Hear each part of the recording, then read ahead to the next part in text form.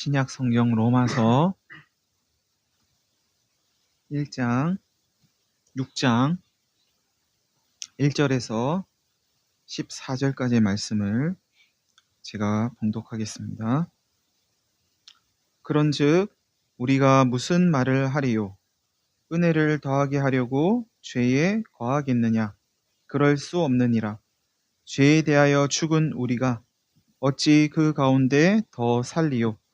무릇 그리스도 예수와 합하여 세례를 받은 우리는 그의 죽으심과 합하여 세례를 받은 줄을 알지 못하느냐? 그러므로 우리가 그의 죽으심과 합하여 세례를 받음으로 그와 함께 장사되었나니 이는 아버지의 영광으로 말미암아 그리스도를 죽은 자 가운데서 살리심과 같이 우리로 또한 새 생명 가운데서 행하게 하려 함이라. 만일 우리가 그의 죽으심과 같은 모양으로 연합한 자가 되었으면 또한 그의 부활과 같은 모양으로 연합한 자도 되리라. 우리가 알거니와 우리의 옛 사람이 예수와 함께 십자가에 못 박힌 것은 죄의 몸이 죽어 다시는 우리가 죄에게 종 노릇하지 아니하려 함이니 이는 죽은 자가 죄에서 벗어나 의롭다 하심을 얻었음이라. 만일 우리가 그리스도와 함께 죽었으면 또한 그와 함께 살 줄을 믿노니 이는 그리스도께서 죽은 자 가운데서 살아나셨음에 다시 죽지 아니하시고 사망이 다시 그를 주장하지 못할 줄을 알미로라. 그가 죽으심은 죄에 대하여 단번에 죽으심이요 그가 살아계심은 하나님께 대하여 살아계심이니 이와 같이 너희도 너희 자신을 죄에 대하여는 죽은 자요 그리스도 예수 안에서 하나님께 대하여는 살아있는 자로 여길지어다. 그러므로 너희는 죄가 너희 죽을 몸을 지배하지 못하게 하여 몸의 사욕에 순종하지 말고 또한 너희 지체를 불의의 무기로 죄에게 내주지 말고 오직 너희 자신을 죽은 자 가운데서 다시 살아난 자같이 하나님께 드리며 너희 지체를 의의 무기로 하나님께 드리라. 죄가 너희를 주장하지 못하리니 이는 너희가 법 아래에 있지 아니하고 은혜 아래에 있음이라. 아멘.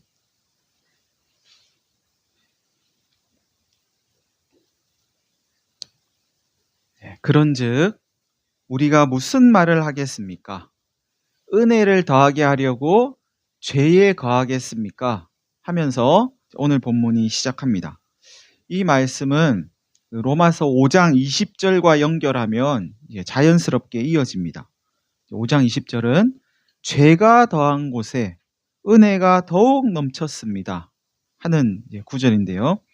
죄가 더해지면, 죄에 죄가 더해지면 가중처벌을 해야 하는데 가중처벌을 하는 게 아니라 하나님은 죄에 죄가 더해지니까 오히려 은혜를 더하셔가지고 하나님의 은혜로 죄를 덮어버리셨다는 말씀입니다.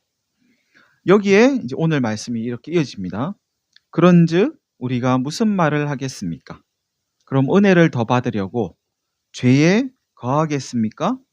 죄가 더한 곳에 은혜가 더욱 넘쳤다면 나는 은혜를 더 많이 받고 싶으니까 그럼 죄를 더 많이 지으면 되겠네요. 이렇게 물을지도 모르겠는데 이에 대해서 바울은 그럴 수 없습니다. 이렇게 대답하는 거죠. 그럴 수 없습니다. 어떻게 은혜를 더 받으려고 죄를 더 짓겠어요? 그럴 수 없어요. 정말 하나님의 은혜를 받기 원하는 사람은 그럴 수 없어요. 죄를 더 지으면서 은혜를 더 받으려고 하는 그런 일을 할 수 없어요. 죄에 대해 죽은 우리가 어찌 죄 가운데 더 살겠습니까? 죄 가운데서 이미 우리는 죽었는데 어떻게 은혜 더 받으려고 죄를 짓겠어요? 그럴 수는 없어요. 우리는 죄에 대해서 이미 죽었어요. 이렇게 선언합니다. 여러분, 죄인인 우리는 예수님을 믿음으로 예수님을 주와 그리스도로 받아들임으로 의롭게 되었습니다. 그러함에도 우리가 죄로부터 해방되어 죄와 무관한 사람이 되었다는 걸 받아들이기는 어려울 수 있습니다.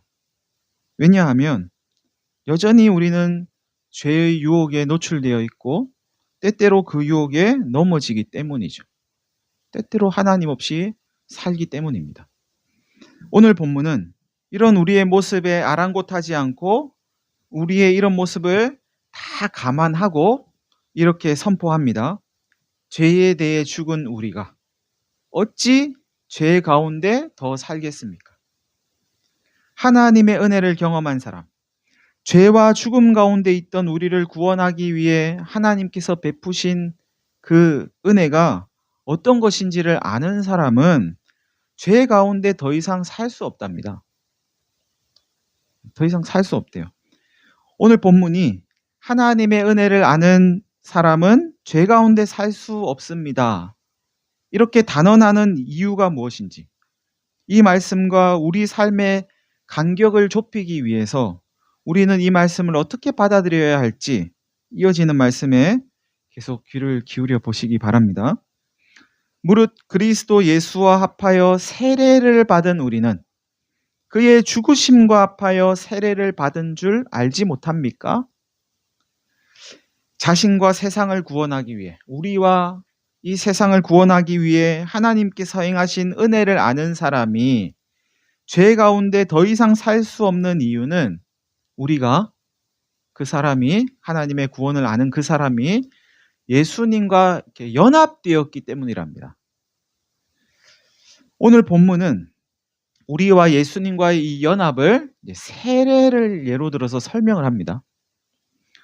교회는 예수님을 주와 그리스도로 믿고 입으로 고백하는 사람에게 세례를 줍니다. 그래서 세례 받기 전에 문답이란 걸 하죠. 예수님을 구주로 믿으시겠습니까? 이렇게 물어요. 그러면 마음으로 대답하는 걸 듣고 세례를 주는 게 아니고 입으로 고백해야 세례를 줘요. 입으로 고백하면 그 고백을 받아들이고 교회는 세례를 주는데, 그 세례의 의미가 예수님과의 연합이랍니다.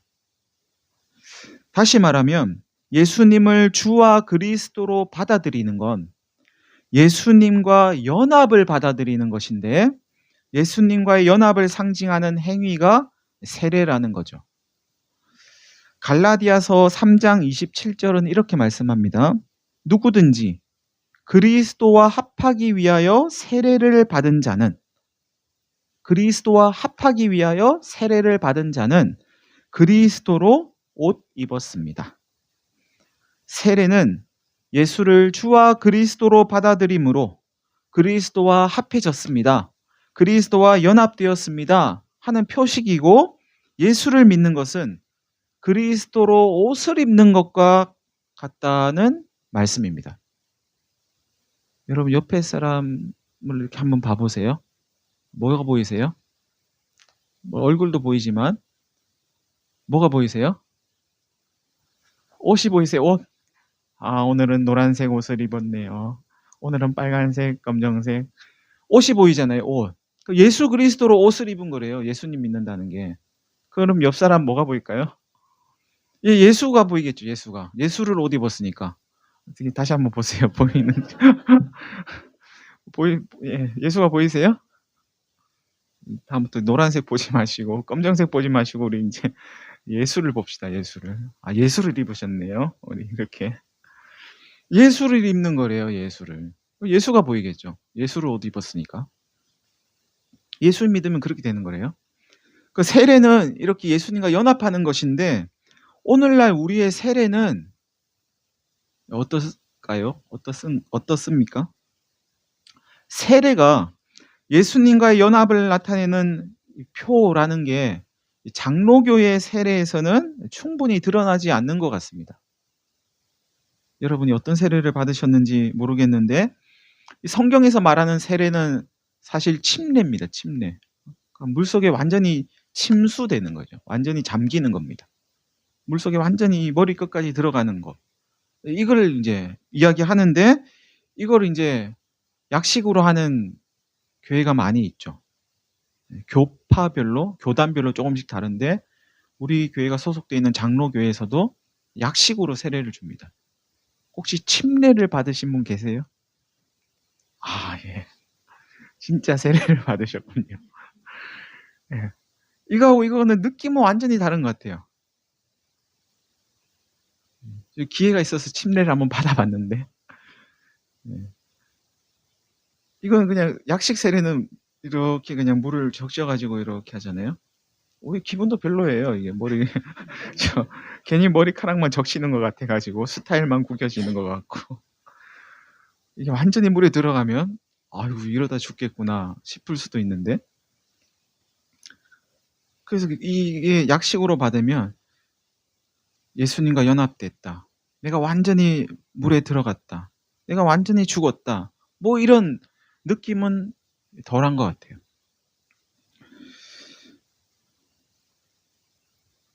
세례에 드러난 예수님과의 연합, 이것은 우선 예수님의 죽음과의 연합이랍니다.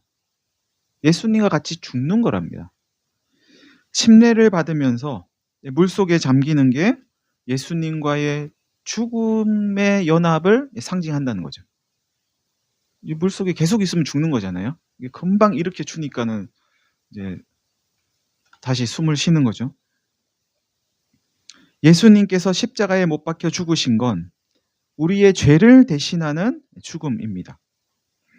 예수님께서 우리의 죄를 대신하여 십자가에 못 박히실 때 우리의 죄가 십자가에 못 박힌 거죠. 예수님만 못 박힌 게 아니고 우리도 십자가에 못 박히는 겁니다.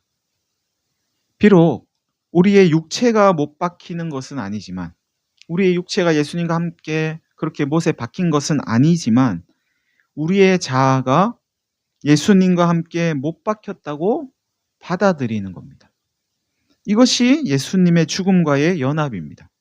예수님의 죽음을 받아들인다는 건, 예수님의 십자가의 죽음을 받아들인다는 건, 예수님이 십자가에 못 박혀 죽으실 때 내 자아도 같이 못 박혀 죽은 거야, 이걸 받아들이는 거랍니다. 이게 예수님의 죽음에 우리가 연합하는 거라고 오늘 성경은 말씀합니다. 다시 말하면 우리가 예수님의 죽음과 연합되었다고 받아들이는 것은 예수님께서 십자가에 못 박히실 때 우리의 죄도 못 박혔고 우리의 자아도 못 박혔다고 받아들이는 겁니다. 이 사실을 믿음으로 받아들였던 사도 바울은 이런 고백을 합니다. 내가 그리스도와 함께 십자가에 못 박혔나니. 못 박혔대요. 근데 실제로 바울은 예수님과 함께 십자가에 못 박힌 적이 없습니다. 계속해서 바울이 이렇게 고백합니다. 이제는 내가 사는 것이 아니라 오직 내 안에 그리스도께서 사시는 것입니다. 이제 내가 육체 가운데 사는 것은, 이제 내가 이 몸을 가지고 살아가는 이 삶은 나를 사랑하사 나를 위하여 자기 자신을 버리신 하나님의 아들을 믿는 믿음 안에서 사는 것입니다. 실제로 내가 예수님과 함께 못 박힌 적은 없지만, 그럼에도 자신이 예수님을 주와 그리스도로 받아들여서 예수님과 연합되었다고 믿기에 예수님과 함께 못 박혔다는 건 역시 받아들이는 거죠. 그것도 받아들이는 거예요. 그냥 믿음으로 받아들이는 겁니다. 내 자아는 예수님과 함께 십자가에 못 박혔습니다. 내 자아가 못 박혔으니까 이제 자기가 없는 거죠. 그냥 몸만 있는 거예요. 몸만. 나라는 존재의 근원은 없는 거예요. 그게 이제 자아죠. 자아. 그거 없는 거예요. 그냥 몸만 있는 거예요. 그래서 이제 내가 사는 것은 내가 아니고 나는 이 몸만 있는 거고 내 자아는 죽었고, 그럼 누가 사는 거냐? 나의 본질은 뭐냐? 내 안에 계신 예수라는 거죠. 이게 바울의 고백입니다. 자기 자아는 없고 자기 안에 예수가 있으니까 나는 몸만 잠깐 빌려준 거고 예수가 내 몸을 가지고 예수의 삶을 사는 것이라고 바울은 고백합니다. 여러분, 내 자아가, 우리의 자아가 죽었다는 것을 받아들이는 게 예수님을 받아들이는 겁니다. 내 자아가 예수님과 함께 십자가에 못 박혀 죽었다는 것을 우리는 받아들여야 합니다.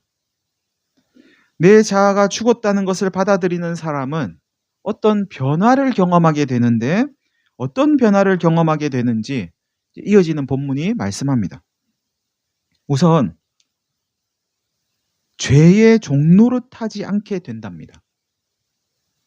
죄의 종노릇하지 않게 된다는 건 더 이상 죄를 짓지 않는다는 말은 아닙니다.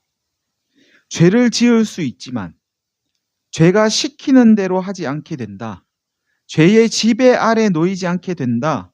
죄에 얽매이지 않게 된다는 뜻입니다. 죄를 지을 수는 있어요.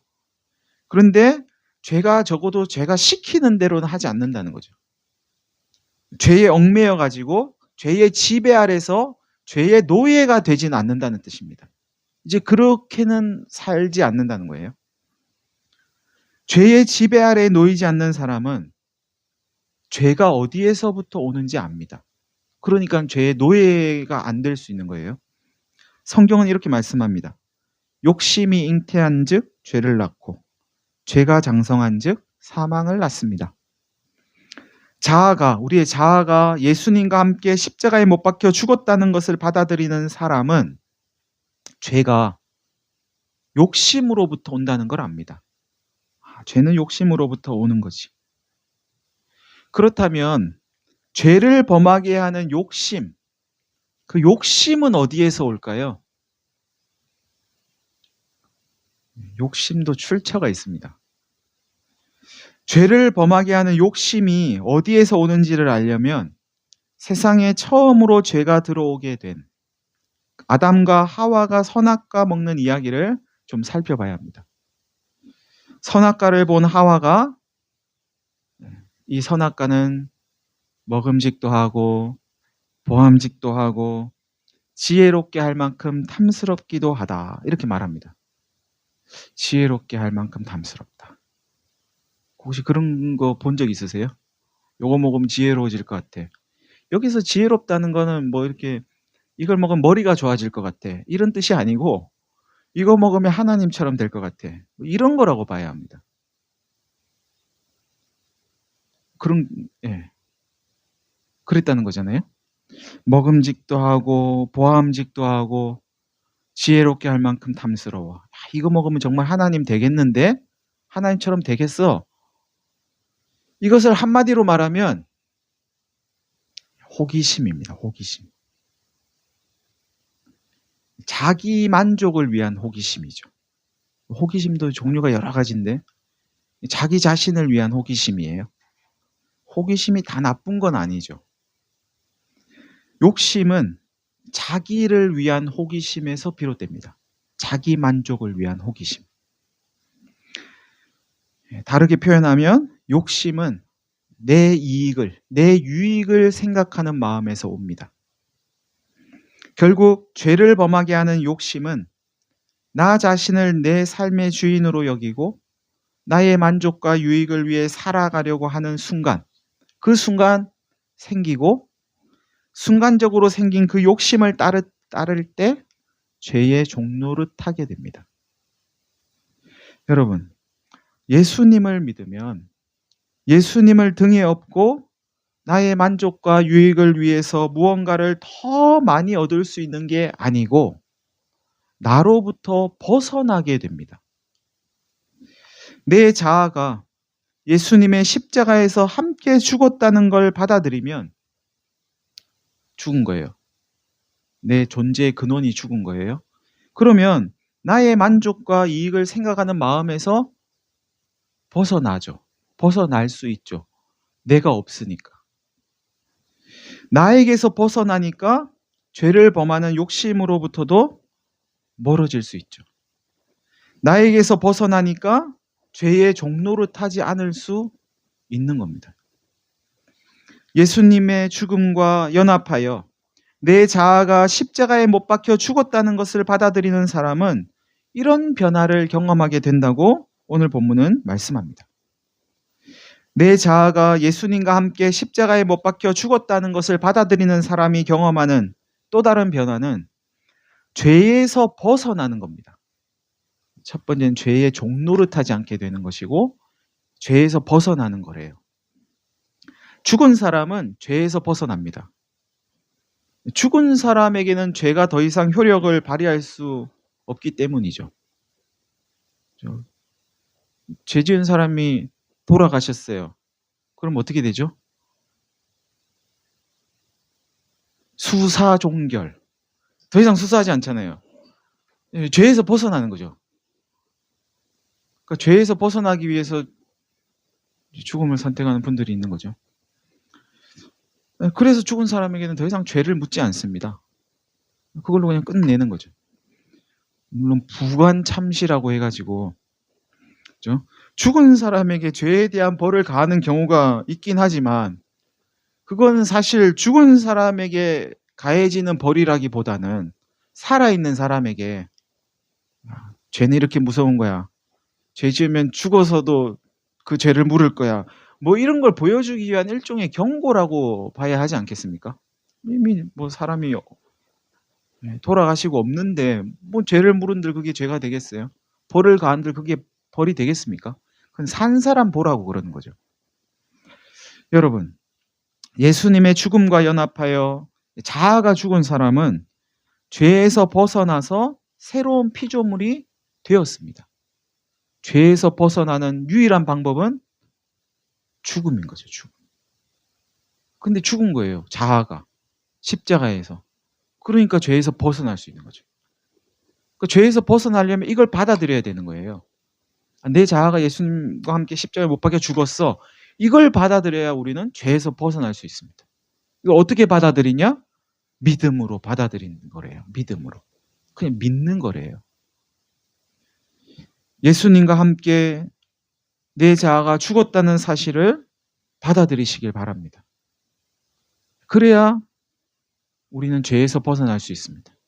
죄를 안 지으려고 노력한다고 죄에서 벗어날 수 있는 게 아니고 착한 일을 많이 하면 선한 일을 많이 하면 죄에서 벗어날 수 있는 게 아니고 죽음을 받아들여야 벗어날 수 있습니다. 죄를 짓지 않는 방법은 죄 짓지 않으려고 애쓰는 게 아닙니다. 죽어야 합니다. 이제 저와 여러분에게는 자아가 없는 거예요. 이제 자아가 없는 겁니다.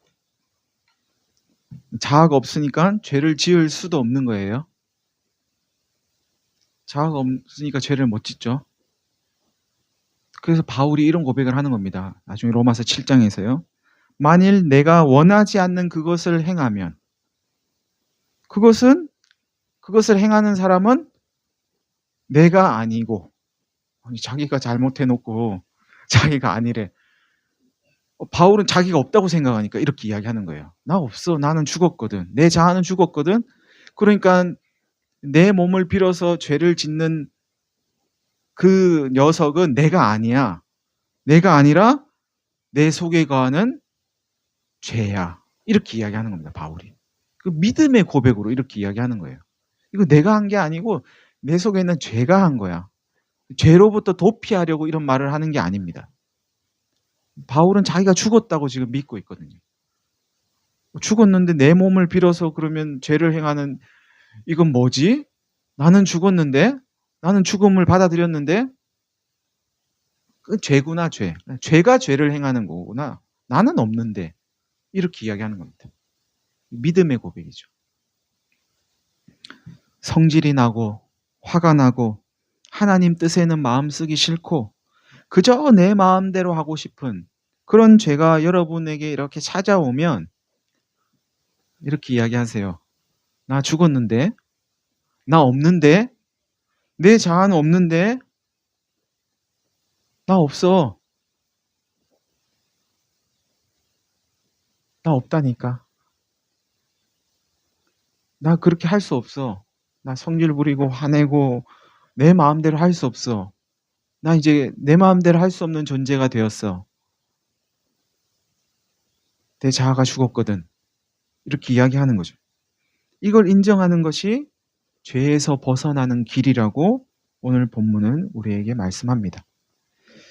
오늘 본문은 세례에 드러난 또 하나의 연합을 말씀하는데요. 이 연합이 예수님과의 부활과의 연합입니다. 예수님의 부활과의 연합입니다. 침례를 받을 때 물속에 계속 잠겨 있지 않고 잠시 잠겼다 다시 일어납니다. 일으켜 줍니다. 물속에서 나오는 것은 바로 예수님의 부활과의 연합을 의미합니다. 그리스도의 죽음에 연합한 사람은 그 자아가 죽는 것으로 끝나지 않고 다시 산다는 거죠. 죽음이 주장할 수 없는 사람으로 다시 태어난다는 겁니다. 죄로 말미암아 죽음의 지배를 받던 몸이 이제 생명의 지배를 받는 몸으로 변화됩니다. 이것이 가능한 이유는 예수님의 부활에 연합했기 때문입니다. 죽었다가 다시 살아나는 몸은 예수님의 부활과 연합해서 예수로 살아가는 몸으로 다시 태어나는 거죠. 내 안에는 예수만 있으니까. 나는 없으니까. 이것을 오늘 본문 11절은 예수님의 죽음과 부활에 연합한 사람은 죄에 대해서 죽은 자이고 하나님에 대해서는 살아있는 자로 여기라고 말씀합니다. 여기라는 말씀은 실제로는 안 그런데 그렇다고 여겨 뭐 이럴 때 이제 쓰는 표현이잖아요. 그런데 오늘 본문이 말하는 건 안 그런데 그런 것처럼 받아들이고 그런 것처럼 행동하고 그런 척해 하는 게 아니고 실제로 그렇다는 이야기입니다. 실제로. 예수님의 부활과 연합된 그리스도인은 실제로 죄에 대해서 죽었고 하나님께 대해서 살아있는 사람이라는 뜻입니다. 실제로 그렇다는 거예요. 이걸 어떻게 알 수 있냐? 믿음으로 알 수 있어요. 믿음으로. 믿음으로 이걸 받아들이면 그게 실제가 됩니다. 실제가. 예수님의 죽음과 부활에 연합된 사람은 자신의 만족과 유익을 위한 삶에서 벗어나 하나님 나라의 유익과 만족을 위한 삶으로 변화된 사람입니다.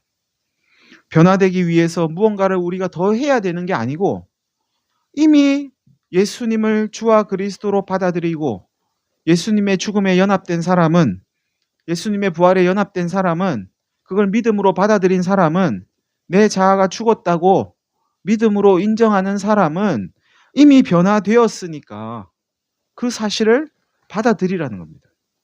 받아들이라는 겁니다.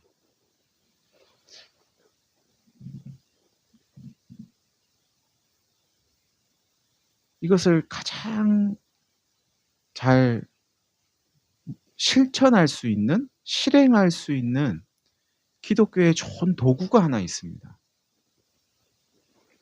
기도입니다. 기도. 기독교의 기도는 내가 원하는 걸 어떻게 해서든지 얻어내기 위해서 하나님께 떼쓰는 자리가 아닙니다. 사실은 그런 자리가 아닙니다. 우리가 그렇게 하고 있는 것과 무관하게 기독교의 기도는 본래 그런 게 아닙니다. 처음 시작은 비록 내가 원하는 걸 얻어내기 위해서 떼쓰는 것으로 시작했더라도 기도의 마침은 나의 때는 없어지고 내가 떼쓰는 그거, 내가 원하고 바라고 얻고 싶은 그건 없어지고 하나님의 뜻에 지배당하는 내 자아는 없어지고 내 안에 계신 예수 그리스도로 풍성해지는 그런 생명의 자리가 기도입니다. 그것을 가장 잘 보여주는 기도가 예수님의 겟세마네 기도죠. 예수님도 처음에는 자기 소원을 자기가 원하는 걸 아뢰는 걸로 기도를 시작하셨어요. 저 이 십자가 지기 싫어요. 이 잔 마시기 싫어요. 이 고난의 잔 피하게 해주세요. 없애주세요. 그렇게 기도를 시작하셨죠. 그런데 기도의 마침은 아버지의 원대로 되기를 원합니다. 아버지의 원대로 하십시오. 저는 죽었습니다. 저는 이미 죽었어요. 제가 죽은 거잖아요. 저는 없어요. 이제 제 자아는 없어요. 그 처음과 마지막 사이에 뭐가 있었을까요? 기도가 있었죠. 기도가. 씨름하는 기도가. 땀 흘리는 기도가. 땀방울이 핏방울이 되기까지 하는 기도가 있었죠. 기도는 그런 거랍니다. 본래 기독교의 기도는 그런 거랍니다. 내 자아를 죽이는 게 기도입니다.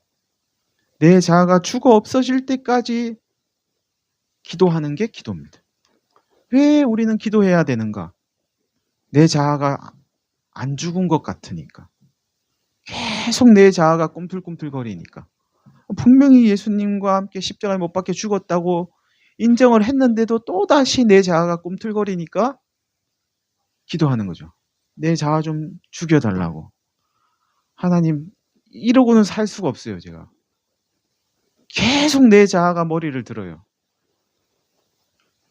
하나님을 받아들이고 예수로 살아가는 게 너무 힘들어요. 제 자아 좀 죽여주세요. 이 자리가 기도의 자리라고 성경은 우리에게 가르쳐 줍니다.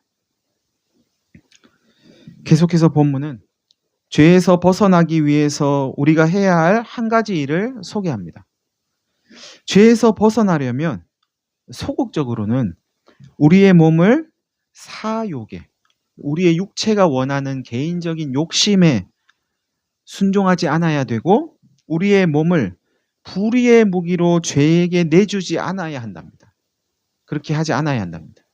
예수님을 주와 그리스도로 받아들이는 사람은 대부분 이렇게 하지 않으려고 합니다. 아닌가요? 자기 욕심을 따라서 살 때도 있지만 대부분은 그렇게 뭐 나쁜 짓을 일부러 하려고 하진 않아요.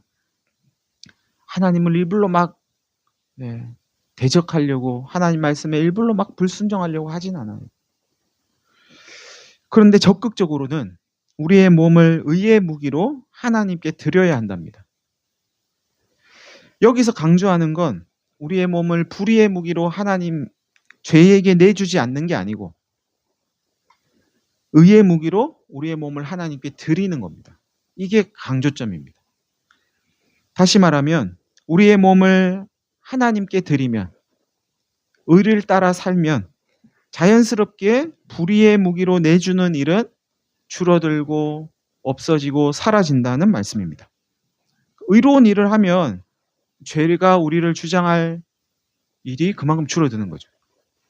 우리가 죄에 빠지는 이유는 의를 따르지 않기 때문입니다. 죄에 빠지는 이유는 의를 따르지 않기 때문입니다.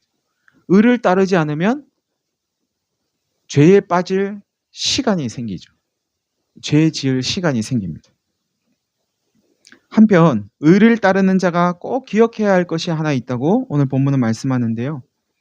의로운 일을 하는 것이 그 일을 해야 되기 때문에 의무감으로, 그것이 하나님의 법이니까 하나님의 계명을 어길 수 없어서, 하나님의 계명을 어기면 심판이 있을 것 같아서, 벌 받을 것 같아서, 그래서 의로운 일을 하는 게 아니고 하나님의 은혜 때문에, 내가 받은 하나님의 은혜 때문에, 그 은혜에 감사해서 그 은혜에 대한 응답으로 하는 것이라는 것을 잊지 말라고 오늘 본문은 말씀합니다. 의무감으로 하고, 하나님의 법이니까 안 지킬 수 없어서 하고, 억지로 하면 뭐 재미가 있겠습니까? 뭐 하나님 믿는 게 재미있으세요? 재미가 없으면 뭔가를 억지로 하고 있을 가능성이 큽니다. 재미가 없겠죠. 예배를 드리는 것도 마찬가지고 뭘 하나 하는 거 다 마찬가지입니다. 거기는 자유도 없겠죠. 해야 되기 때문에 한다면. 그러면 하지 마세요. 제가 말씀드렸잖아요. 하지 마세요. 안 하는 걸로 끝내면 되느냐? 그건 아니에요. 나는 왜 하나님 믿는 게 재미가 없지? 나는 왜 하나님 믿으면서 뭔가 하는 것을 왜 억지로 하려고 하지? 왜 의무감으로 하려고 하지? 원래 그런 거 아니잖아? 하나님 믿고 하나님의 은혜에 감사하면 뭔가 내 행위나 내 삶이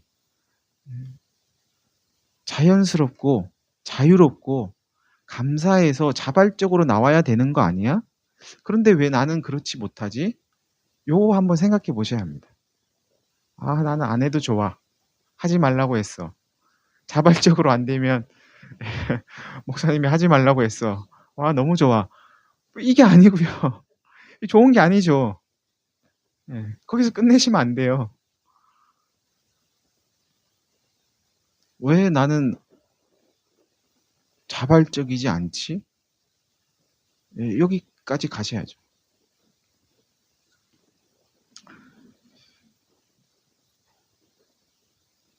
자아가 죽었다. 예수로 산다. 이걸 또 그림처럼 보여주는 예수님의 말씀 하나가 있습니다. 부활하신 예수님께서 베드로에게 물으세요. 네가 나를 사랑하니? 네, 제가 예수님을 사랑하는 줄 예수님이 아시잖아요. 내 양을 먹여라. 이렇게 3번 이야기를 하고 난 다음에 예수님이 베드로에게 이렇게 말씀하십니다.